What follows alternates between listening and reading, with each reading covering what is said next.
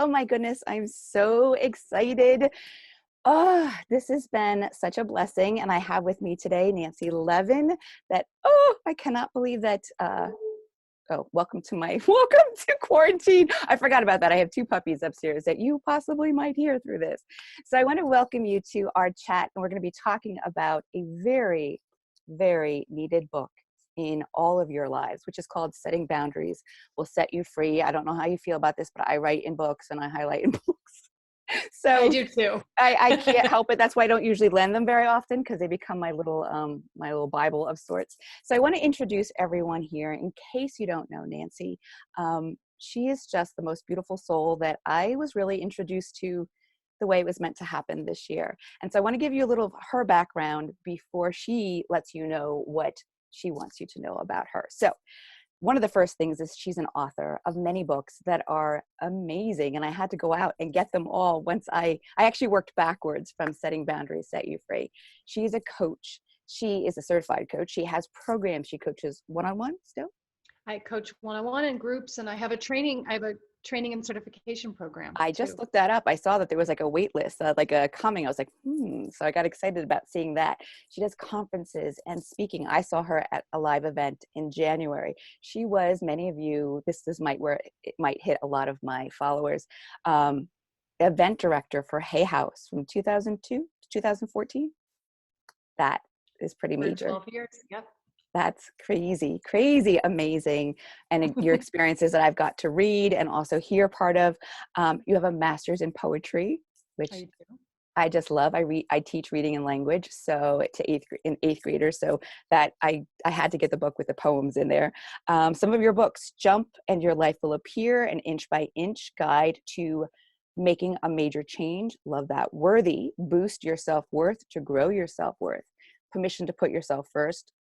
The New Relationship Blueprint. And for me, the most impactful right now is Setting Boundaries Will Set You Free. So welcome.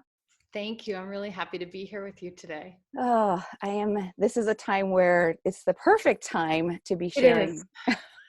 To be sharing along. We were talking about Nancy has a real background and I do not. I always put that out there. I never. We were just chatting before we were chatting. She's like, I love your background. I'm like, thank you. The sun never moves. I know. I'm gonna have to start playing with the Zoom backgrounds. You know what?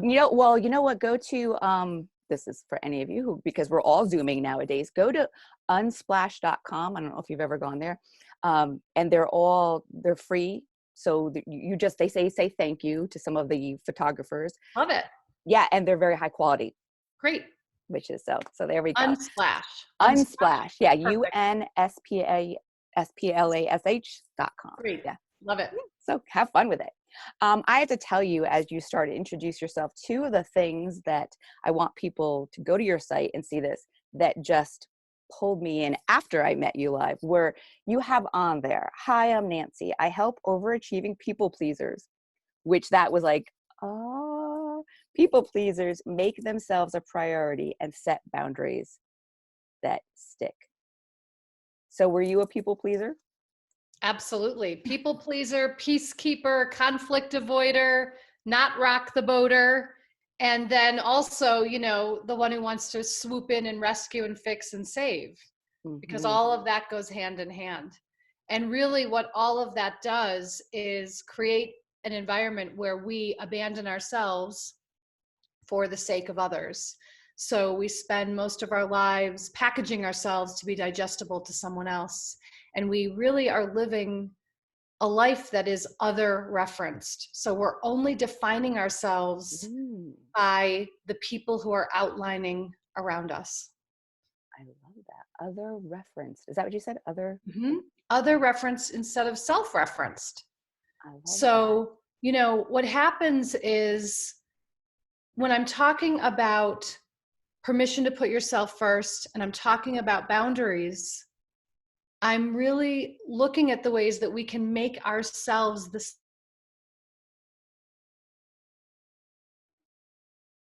I think I lost you.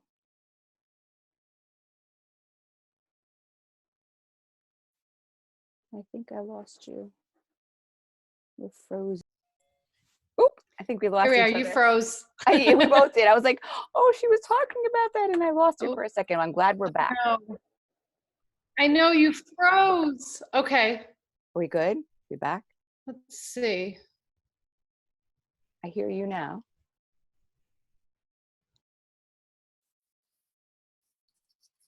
Let me see. Hold on. Are you there? You I'm keep here. freezing, but okay. I'm going, you know what I'm going to try to do? Hold on, because we're still going. I'm going to, oh, we're good? Are we back? I think we're good. Yeah. Okay. That looks back. Okay. So we were talking about other referenced and Yeah. people and living for others. Right. So it's the way that it's really the way that we are putting everyone else ahead of us. So that we're putting everyone else's needs ahead of our own. And really what happens is I often talk about this as a metaphor, but I also hear from my clients that it's very literal. So it's really like we set the table with, the fine china and silver and the crystal and the big juicy steak or the big juicy tofu, and make sure that everyone has what they need.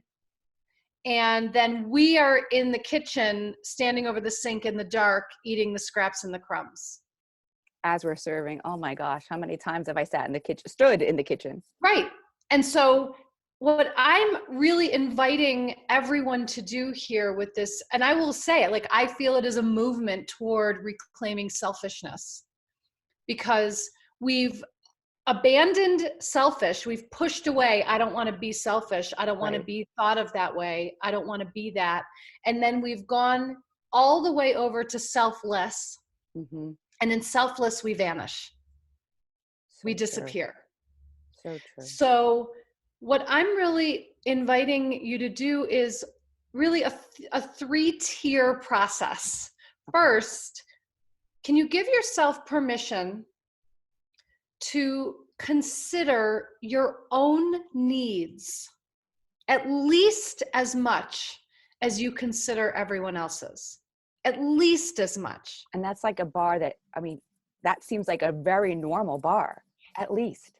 Right, at least as much. It might seem like a normal bar, but it is something that I would say a very high percentage of people do not do. Oh, I can raise my hand. So I say normal and air quote, because when I hear it from the outside, it makes complete sense. It makes complete sense. Why wouldn't I consider myself at least as much as I consider everyone else? Sounds so normal, but it was not, I wasn't even close to that bar. Right. And then the second tier is, am I willing to give myself permission to consider myself more than I consider everyone else? Yeah, there's a little bit of a distance. Yeah, especially when we're reaching up for that first bar. Yep. And then really the third part is, and I really think of this as like the ninja boundary move, is, are you willing to consider yourself first before you consider everyone else? Now, I want you to just take a moment to reflect on these 3 things. Consider yourself at least as much as, consider yourself more, consider yourself first. Nowhere in there did I say only consider yourself and disregard everyone else. But that is the way we will hear it. Yes. Because we have a zero-sum brain. We have a brain that wants to say, if I have, someone else goes without. If someone else has, I go without. Absolutely. And so it's not an either or. It's a both and. I love that. I can consider myself and consider you. Because there's more than enough.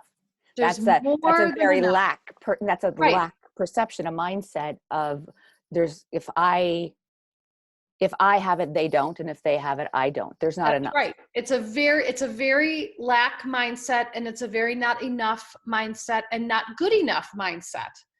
And so we really have to start the shift into locating ourselves in our own life and putting ourselves back into the equation of our own life. Because slowly but surely, we have subtracted ourselves. And some people that I have women that I coach that it wasn't even it seemed to be surprising to even think about. It wasn't even a subtraction. It wasn't even an addition. It just wasn't there. That's right. Yeah. Because we're really taught that, to be a good girl, to be nice, all of these things, and all of those things equal doing things for everyone else, going into the overgiving, Being going into quiet. being right. All of those things, good girl, be seen and not heard. Mm. Exactly. All the things that then we interpret around the ways that we're not going to rock the boat in our lives. I love that. I say a lot of times when I'm coaching that the connotation of selfish has such a bad rap. So sometimes I'll say soulful, but selfish, if we look at from where I'm at with my coaching, is that I'm God-centered, however you want to say, higher power, higher source. And if my belief is that God is within me, if I'm being selfish, I'm serving her, him, all of the above within me. So that's how that's how I began to shift a few years ago, is that it's not an ego-based, I'm serving myself. I am, but I'm serving the best part of me that has been forgotten. So I almost guilted myself, if that makes sense, into like, how have I forgotten the God within me? Mm-hmm. How have I forgotten to serve that most important seed and disconnected? Yeah. And I really think that selfish, self-love, and self-care are three sisters whose I job it is love. to support us in honoring ourselves. Yes. And that first of all, we can't expect anyone outside of us to love us and honor us if we're not going to give it to ourselves first. We have it very backwards. Mm-hmm. We think that our sense of worth and value is going to come from something outside. We think it's going to come from someone saying something to us. We think it's going to come from our productivity. It's going to come from our achievement, what we do. And the truth is that it's flipped. It's an inside job to actually land in our own wanting and our own desiring and our own receiving and capacity to have. And part of what I think pushes away selfish for us, which also pushes away real self-care and self-love, is that if we are people pleasers, if we are constantly in the state of seeking external validation, giving to ourselves where no one else can see and no one else can give us the gold star doesn't seem important. It seems frivolous. And yet it's the most essential thing that we can do for ourselves. You just said such a key word, and it's funny, it's come up quite a few times with one of the girls in my community about gold star. We talk about gold stars and how much we don't realize until it's brought up that that's many times our motivation for doing things. And so we kind of not joke about it, but to like, oh, I was looking for that gold star again. Once you realize that that's the motivation, rather than, I like to say, the greatest love affair in your life should be between you and you. Absolutely true. Romancing ourselves, loving ourselves to the extent that whether someone else is, no one else completes us, that hallmark, right. Right? If you come half full, you're got an issue. I want 200%. I don't want 50 and 50, so I want to be 100%. But yeah, that gold star is huge. Yeah. And when we live our lives chasing the gold stars, first of all, no amount of gold stars will ever be enough. No. To fill the void. No, because it's out there. Everything we're seeking externally needs to be resolved internally first. And it's really important, this piece that you just named about the motivation. If our motivation is the gold star, it's actually going to leave us feeling more empty. Oh my gosh, so empty. Yes. Not enough. And then looking at the flip side, not only did they, we do this in social media, I'm guilty of it too. You put something out and I'm like, wait, I only got that many likes. Usually someone else responds more. Or did they not like what I post? And then I have to recenter and reground myself as what was my purpose in putting it out. Right. I had a message. I had to share it. That's where I have to pull back when I start seeing myself reaching out where I don't have enough. Yeah, exactly. Yeah. You'll never have enough. No, never. And then we chase and we wonder why we're so exhausted. Well, that's the thing, it's exhausting to keep living in the way of managing the perception of others. Absolutely. So when we're, projecting this particular image to the world and managing everyone's experience of us, I did this for decades, really giving people a very specific lens to see me through. And then I'm wearing the armor, the mask, the cape, I'm the one staying insulated. It's really exhausting. And I never would have imagined the amount of energy and resource that would return to me when I stopped hiding. I love that. I mean, I was thinking about the next thing that I wanted to talk about, but oh my gosh. I heard, like, just drop in, Jen. Don't be thinking about what you want to ask her, and just listen. And I'm so glad I did, because I'm like talking through my own head right now, because I can't tell you how many people will always say to me, I'm so exhausted. I'm so tired. I'm so worn out. How can I get more energy? We talk about tapping, and we talk about meditation, and we talk, all the things. We've got tons of spiritual tools in our toolbox, but you just hit a huge key that organically, if I'm understanding right, when we stop chasing that, we will restore energy that we didn't even know we were leaking out. I talk about energy leaks. Yeah, we will absolutely restore energy when we stop, like I said before, when we stop packaging ourselves to be digestible to someone else, when we actually operate and exist in the present moment and in truth, when we're not trying to shape something to be liked or to be loved, when we're not trying to buy love and attention. I love this, because in the moment, even in this moment, the calling to ask you if we can have this conversation is for the greater good, that have that message out there. People need to read this book. My clients that are reading it right now are blown away. I'm blown away. I didn't think I needed it. We talked about that. I'm like, oh, I don't need this. I'm like, oh my gosh, I so need this. But we're constant. Once you start to recognize when you are not dropped in, just in this moment, you see me looking at you, and I have other thoughts, right? We have other thoughts all the time as we're sitting there. And so then there's those little creeps of, am I asking the right thing? How is the conversation going? Are people hearing what? And then once we realize they're there, we can shush them and ground in, what's the purpose? The purpose is, go ahead.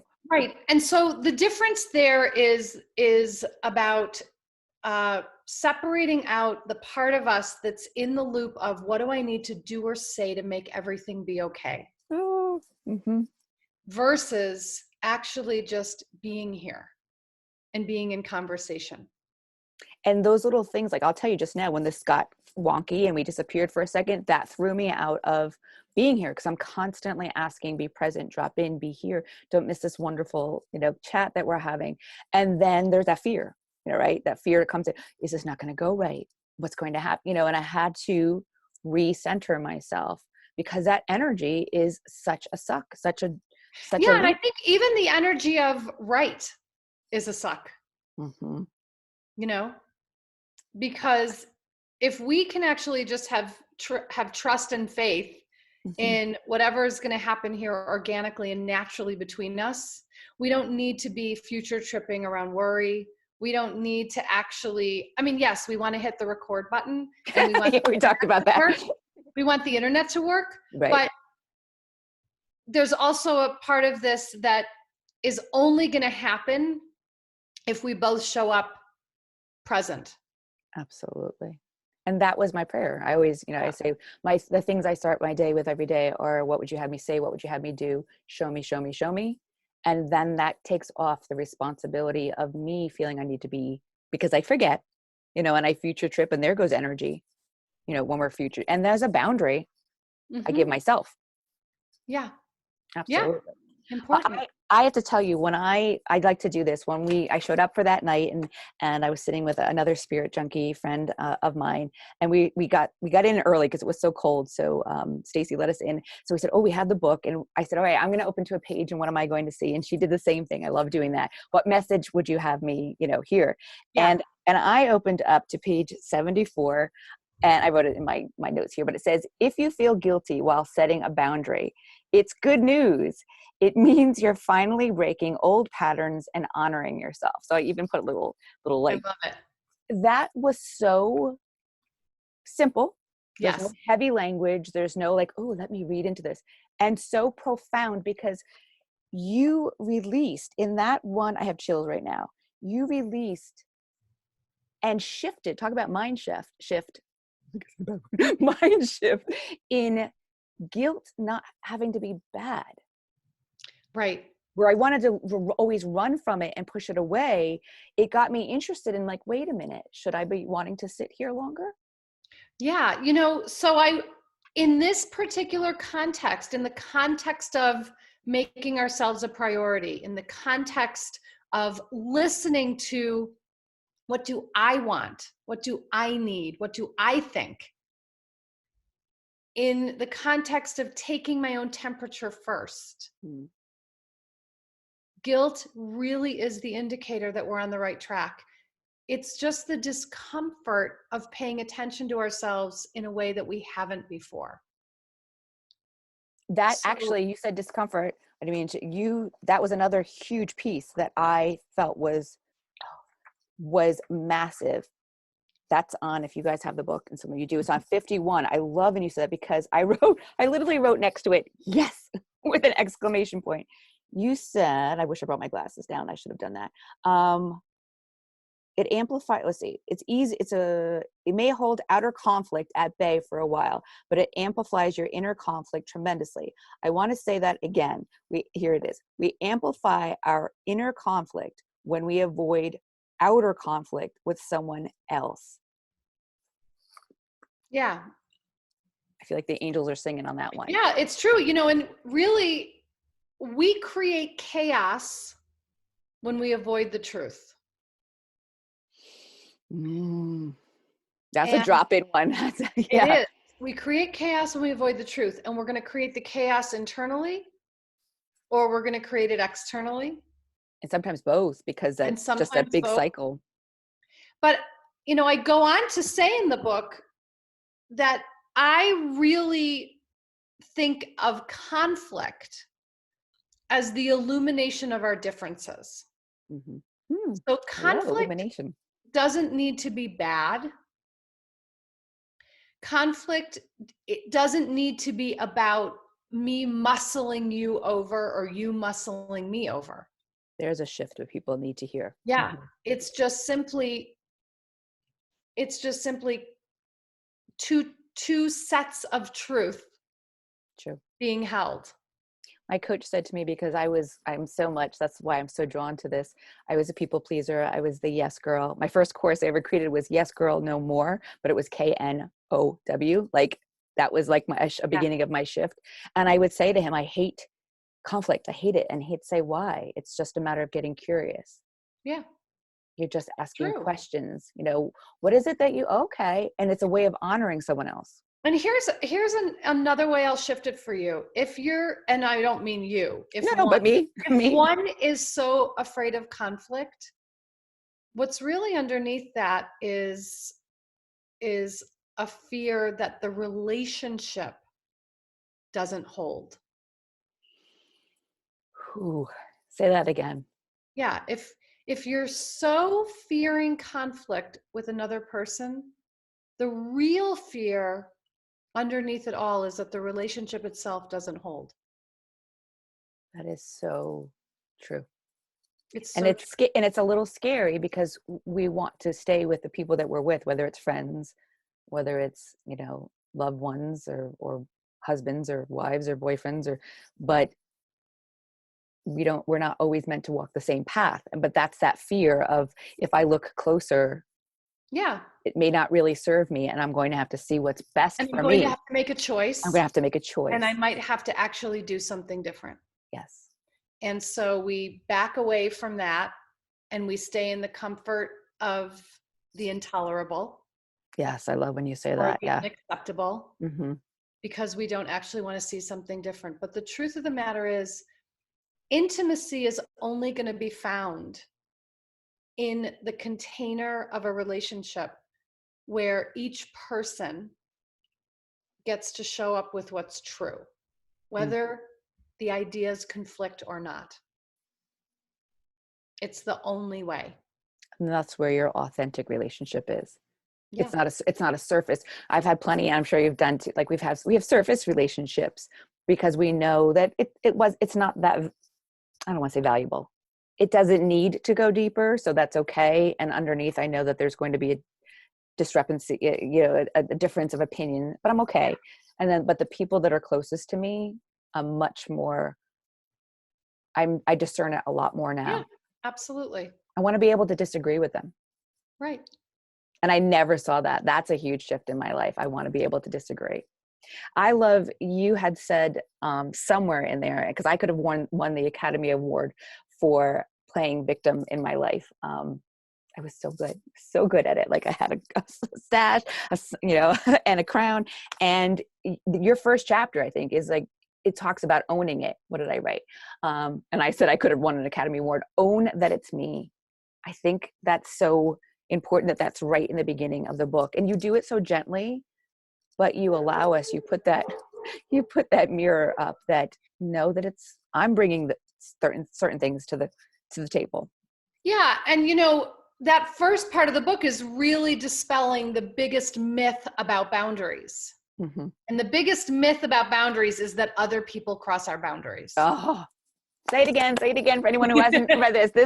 This is everything. If there's nothing else that you can take away, I agree. It brings your power back to hear that. So say it one more time. Yeah. The biggest myth about boundaries is that other people are crossing your boundaries. So I hear it all the time from clients. I set a boundary, but he or she keeps crossing it. So here's the deal. If your boundaries are being crossed, you are the one crossing your own boundaries and enabling and allowing them to be crossed. That's where you could drop the mic. Honestly, this whole conversation is wonderful. That is everything. And so part of that needs a little bit of unpacking.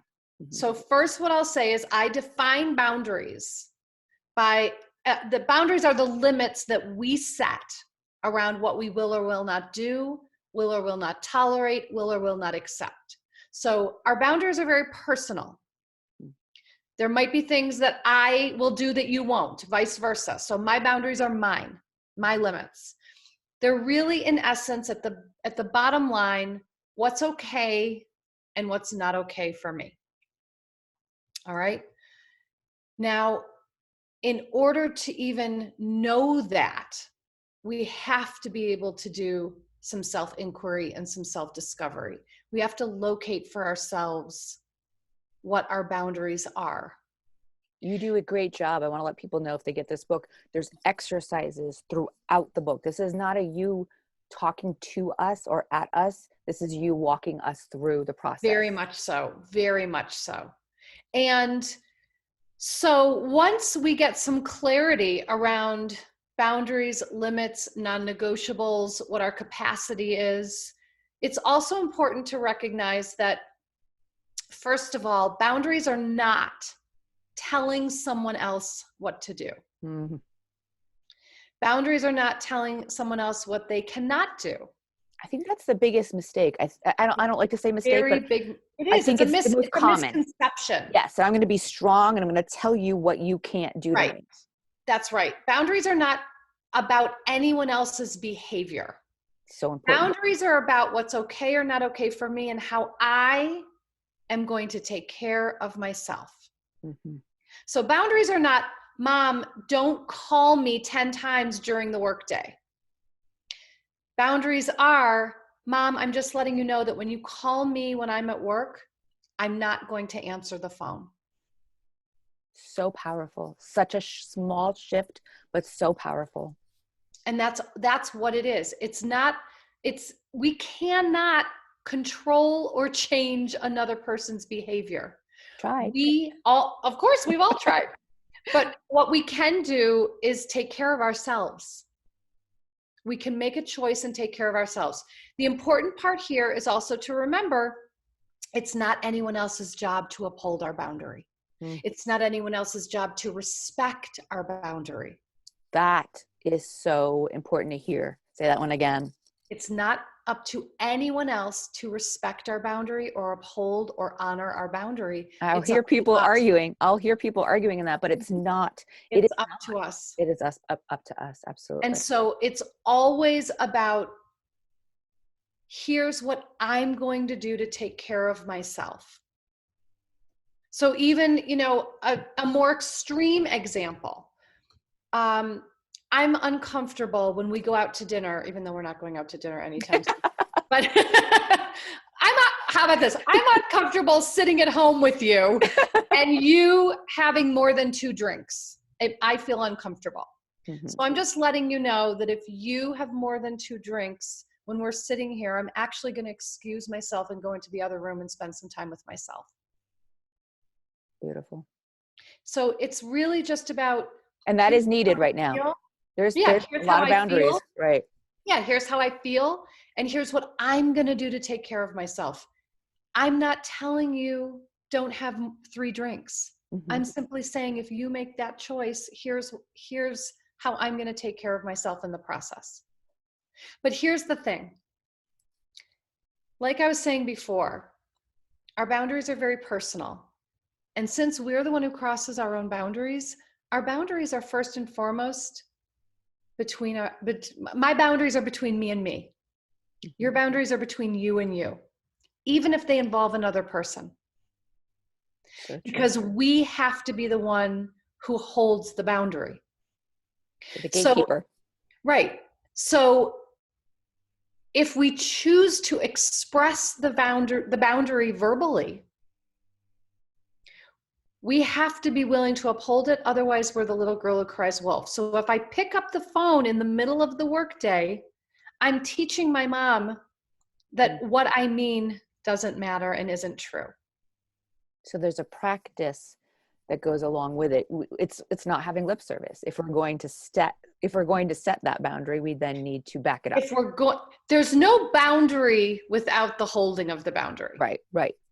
So it's one thing to name a boundary, whether we name it to ourselves or name it outside of ourselves. But it's really all about, what's it going to take to stand in the truth of the boundary that you're setting. Which is very much, I'm a mother of 2. I have, my son's 20, my daughter's 17. That was one thing it was always easier for me, for whatever reason, to set boundaries for them. It made sense and I could see it and clear, and we stuck with it. And if we didn't, then we would see the repercussions, the consequences. Why would they try to follow? There will always be consequences to setting a boundary or not setting a boundary. Right. There will always be consequences. We just have to go in and weigh which of the consequences I'm willing to live with. And I think they shift. Yeah, and boundaries can shift. Boundaries do not need to be set in stone. Some might be. Right. And some might not. Some might shift as we grow and evolve. You put in there, this was so, because this is how I do books. I listen and I read them. For some reason, I love doing both. And you have a beautiful voice. So if anybody wants to get the audio, I feel like you're talking in my head. It's funny. I've recorded all my books on audio, but this one was there was something about it. I just really felt it as I was reading it in a different way. And I will be honest, it comes across that way. I feel like you're having a conversation. Like, I'll put you on and listen as I'm putting my makeup on, I'm walking around, and I have my schedule. My girls will know this and watch this. I keep a routine to keep myself sane. So I get up every morning, or exercise and meditate, get dressed, put my makeup on, put jewelry. And so you're with me as I'm putting my makeup on in the morning. And I had to stop you at one point because I was in there I had my AirPods in, and you were talking, and I had to go back to the book and see it in print. What it was you were talking about, and I have people who say this, I don't know how to set boundaries. I can't set boundaries.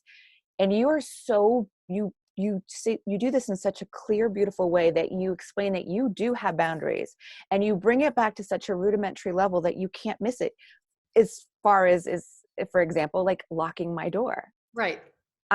Of course I lock my door because it's not acceptable for someone to come in my house. That's right. Would not be safe. So you really I had to stop and go see them because you gave a list. Because it's important for us to realize that there are boundaries we're already holding that we might not name as boundaries. It's like someone might be a vegan. The boundary is around not eating animal products. Someone might be sober. The boundary is around not taking drugs and alcohol. There are boundaries that we're already holding in our lives that we may not name as such, but it is the way that we have chosen what's okay and what's not okay for us. And I And think so it's that's, oh, sorry, go ahead. No, I was just saying, so it's important to recognize that it's possible to set boundaries because you're already doing it. You're just not calling it that.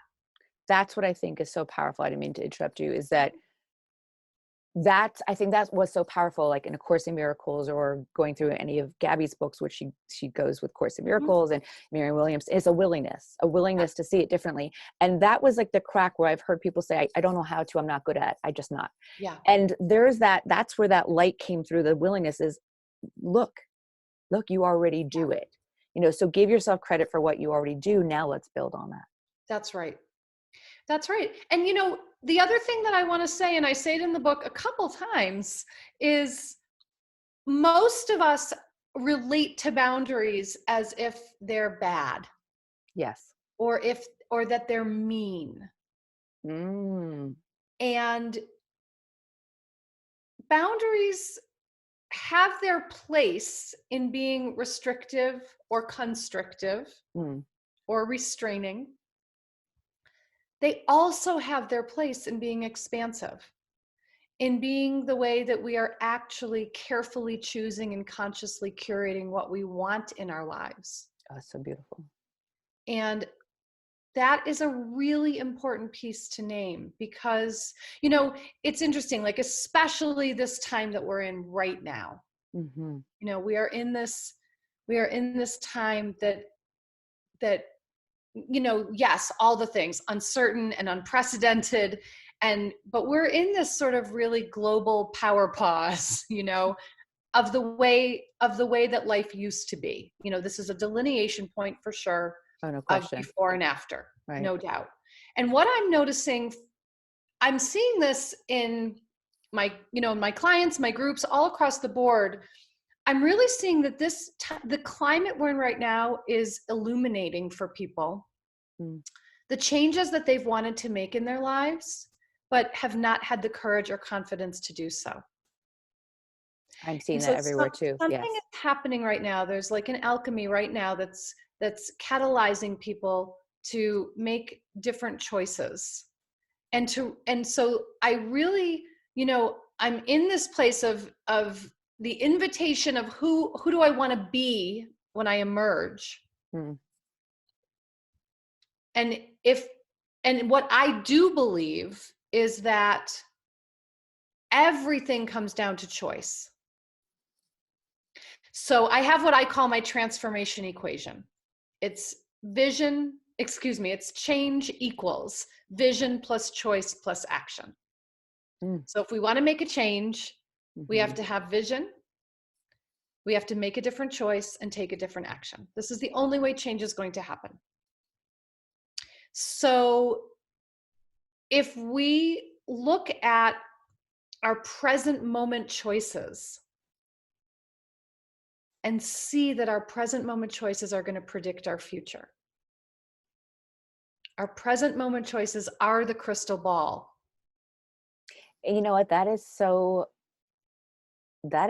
important, because we tend to say, well, I'm going to make a change. I'm like, as you're saying this, I'm really staying present. Like, I'm going to make a change and the future is going to be different, whether it's weight loss, whether it's relationships, whether it's drinking, eating food. For me, it's always food. And we'll say, okay, I'm going to make a choice to make a change out there, rather than what am I doing right now? Because if the choice is right now, is in the now, it's not out there. Moment. No, the choice is in this moment. Really, present moment choice predicts our future. So if we want to emerge from this pandemic on the other side in a new way, we have the opportunity now to begin doing things differently. And I think that I love that you're saying this, because I think what I would need to do, if I'm looking at it personally, looking at what my choices are right now, and then seeing how that would connect the dots where I'm going. Like, I have to look at what I'm doing right now and then the direction. And do I like that? If I like it, okay, I will continue to expand. Because the truth of the matter is this, series 1 of choices and actions is going to lead to outcome 1. Series 2 of choices and action is going to lead to outcome 2. Yes. And so it's, we have so much more power than we imagine and that we give ourselves credit for. And I think that needs to be heard right now, because so many people are fearing, that did not come out by accident, fearing and feeling powerless because we are being, I hear a lot of, our rights are taken away. We have no freedom. And I don't go in that direction. I am definitely not, I feel more empowered than I've ever felt. I feel more at ease. I'm kind of excited about what this new world, do not get me wrong, there is a lot that we're going to have to clean up and fix, and a lot that we're going through right now. So it's not an excitement, you know what I'm saying, in a, head in the sand, but there's a shift, like you said, a massive shift. And I feel that was my last piece. I know that I wanted to cover with you. And actually, you just brought that up in 2 different ways. One, well, now I'm thinking about it, I have a lot of people that are stepping up, just like you're saying. They are creating groups. They're feeling that movement.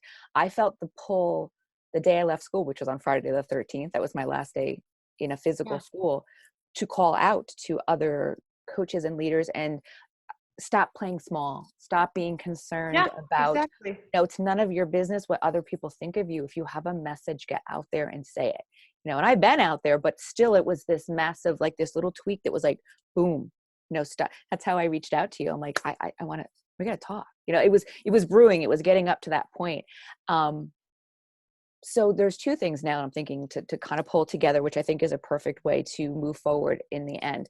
One, you just mentioned, what are your boundaries right now and what are your choices in moving forward? And there's going to be a shift, a huge paradigm of people, light workers. I feel there's a reason that like churches are closed, synagogues are closed, all of the places that we put power in, which they're all beautiful. There's nothing against, but remembering that we bring that power to them. So that's one of the pieces I feel like is a shift. Yeah. I mean, for any of us who've been on a spiritual path, for any of us who've had practices over time, it's been said, I'm not the first one to say this, but everything we've been doing has been preparing us for this moment. Mm-hmm. And even if you haven't had them, it's not too late to begin. That's where I think it is. Yeah. It's not too late to begin. And this is, I do think that we can create for ourselves really strong practices in this time that we will be able to take with us when we emerge. So that is one piece of the boundary conversation, which is what's non-negotiable for me. Mm. What must I have in my life, in my day, for me to actually be at my best and feel my best? Beautiful. And that is a beautiful way to think about it every morning.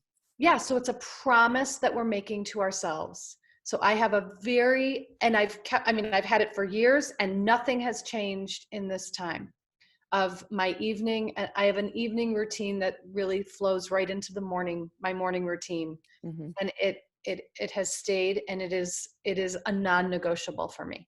Can I ask, would you share? Of course. So I'm an early to bed, early to rise person. Okay. So I put my phone into airplane mode. I take a very, very hot shower. I listen to a 10-minute sleep meditation that I never hear the end of because I'm out like a light.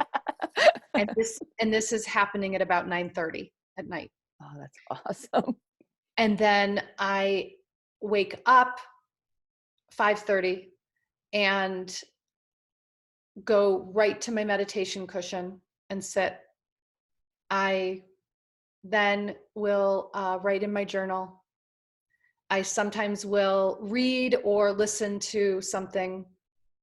All of this before I even put my phone back on Wi-Fi. Mm. And it's a game changer. And I drink a mason jar of hot lemon water, and I drink my coffee, and I have all that too.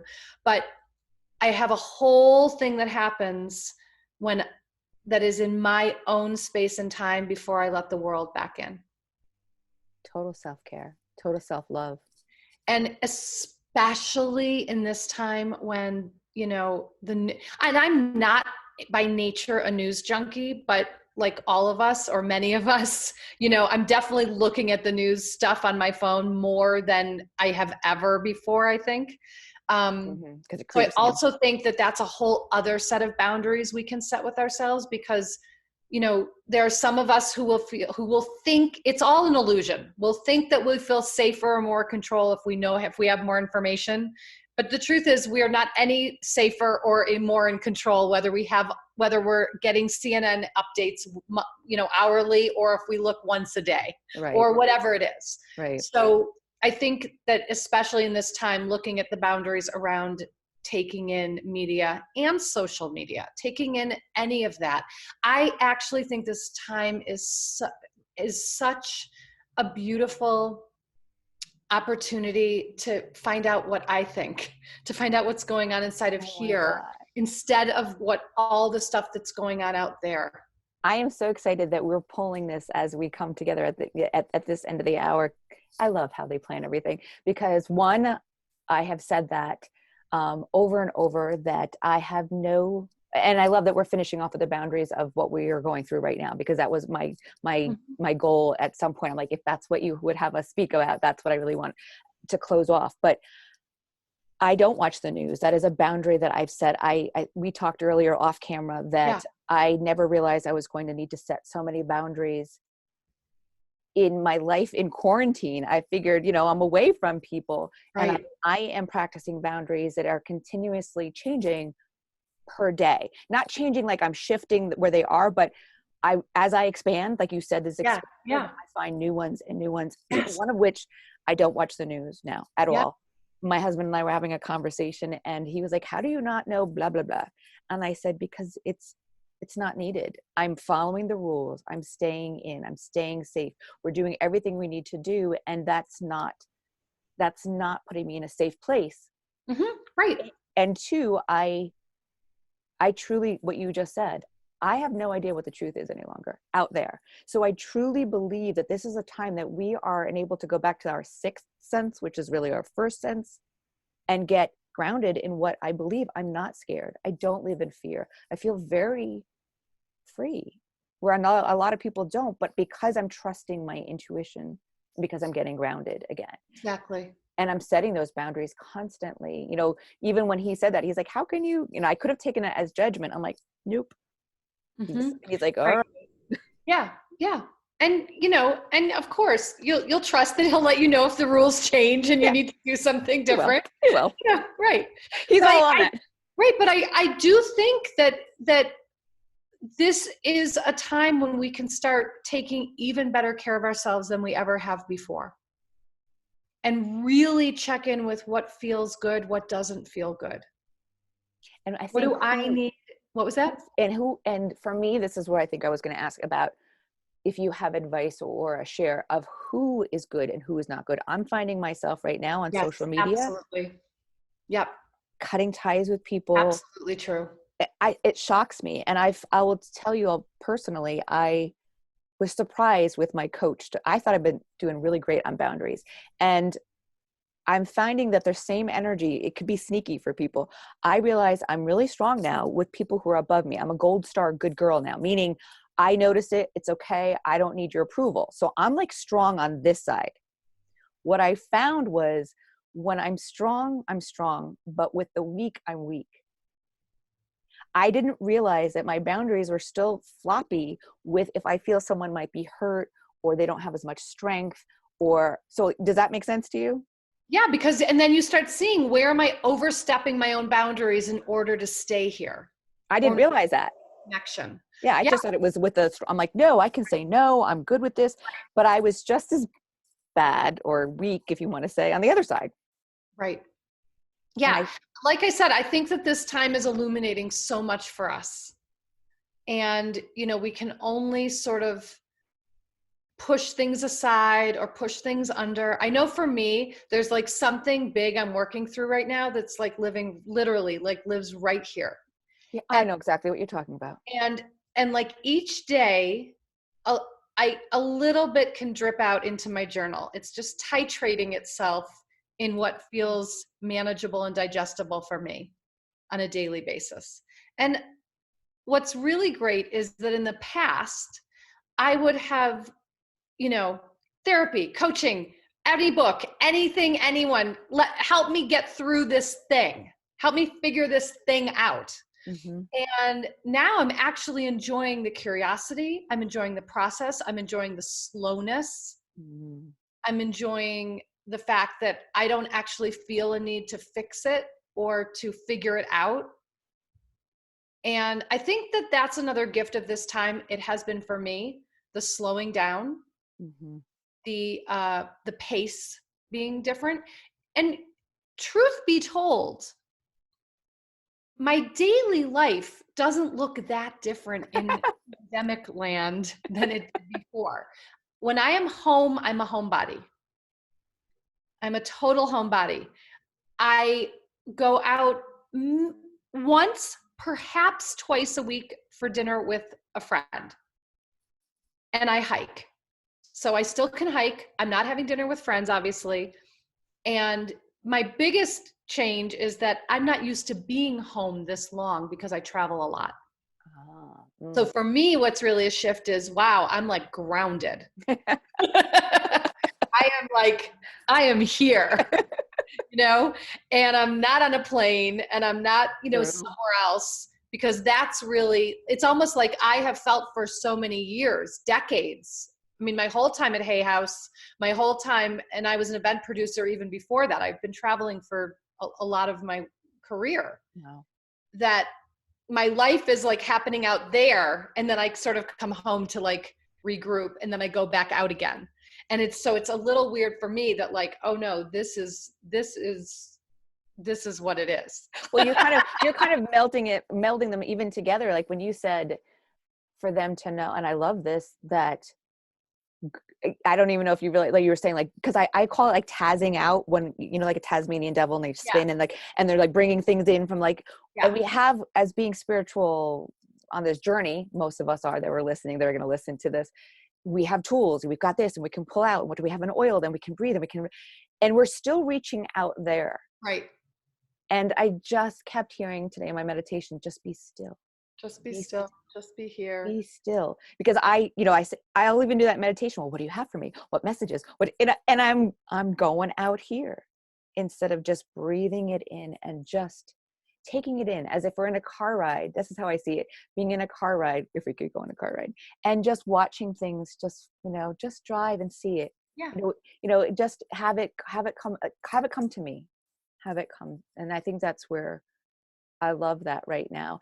Any last, I love all that. I can't wait to watch this again and listen, because there's so many beautiful parts, and I just keep making sure I drop back in and listen.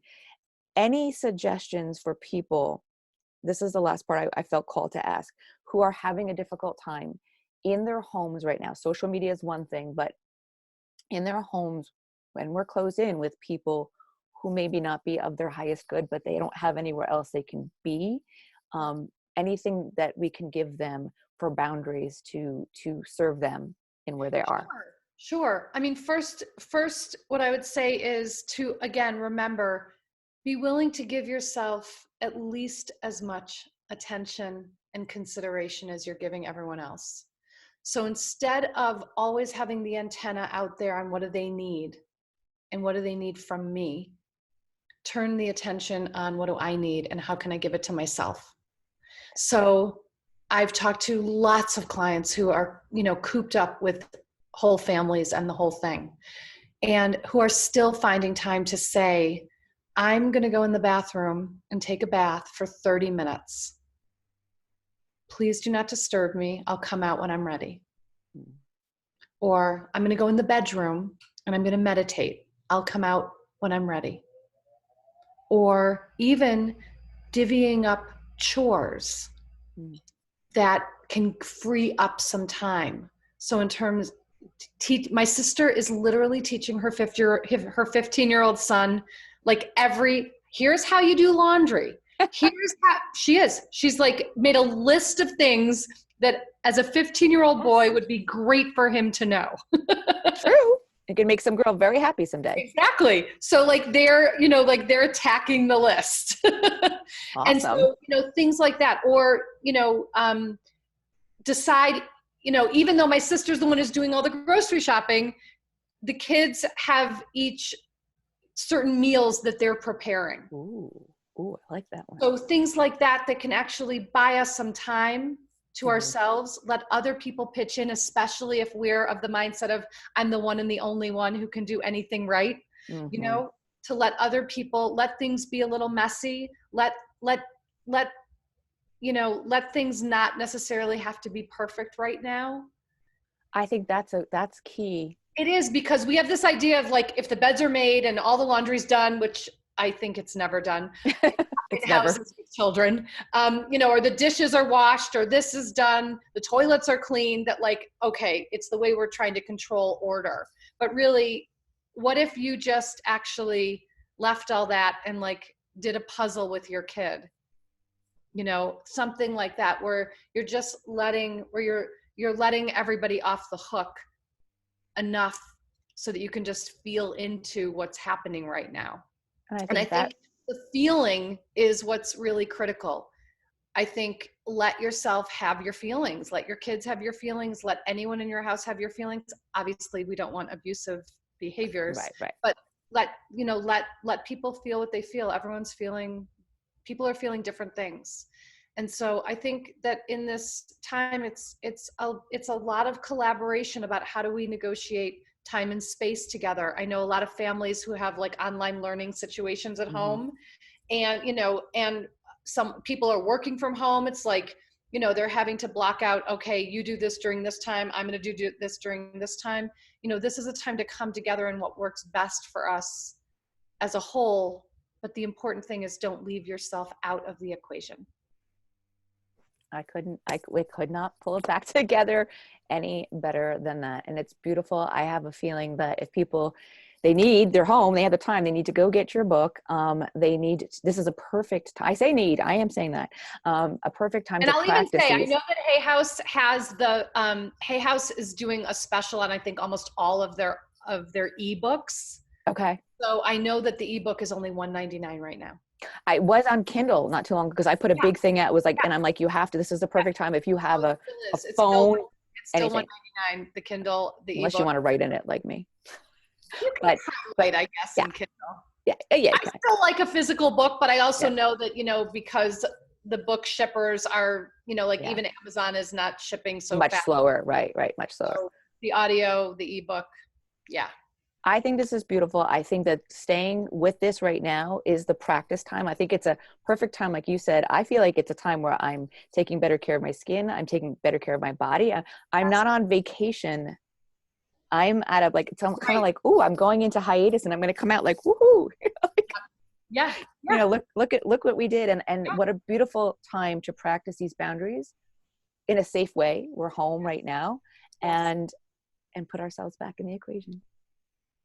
Oh, I can't ask for more. Thank you so much. You're welcome. What a joy. It was a complete joy. I'm covered in goosebumps right now, or angel bumps, I call them. Beautiful, beautiful conversation. Thank you, Nancy, for all of you who get to have a piece of her.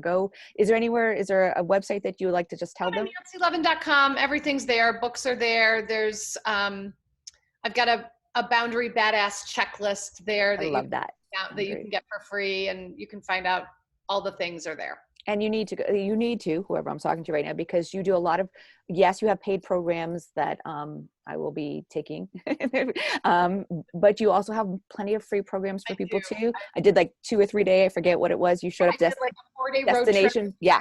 I've got a free Facebook group, so everything's there. I've got a coaching membership. Everything is there. Everything is there. Go check her out because she is amazing and you need her in your life. Thank you, Jen.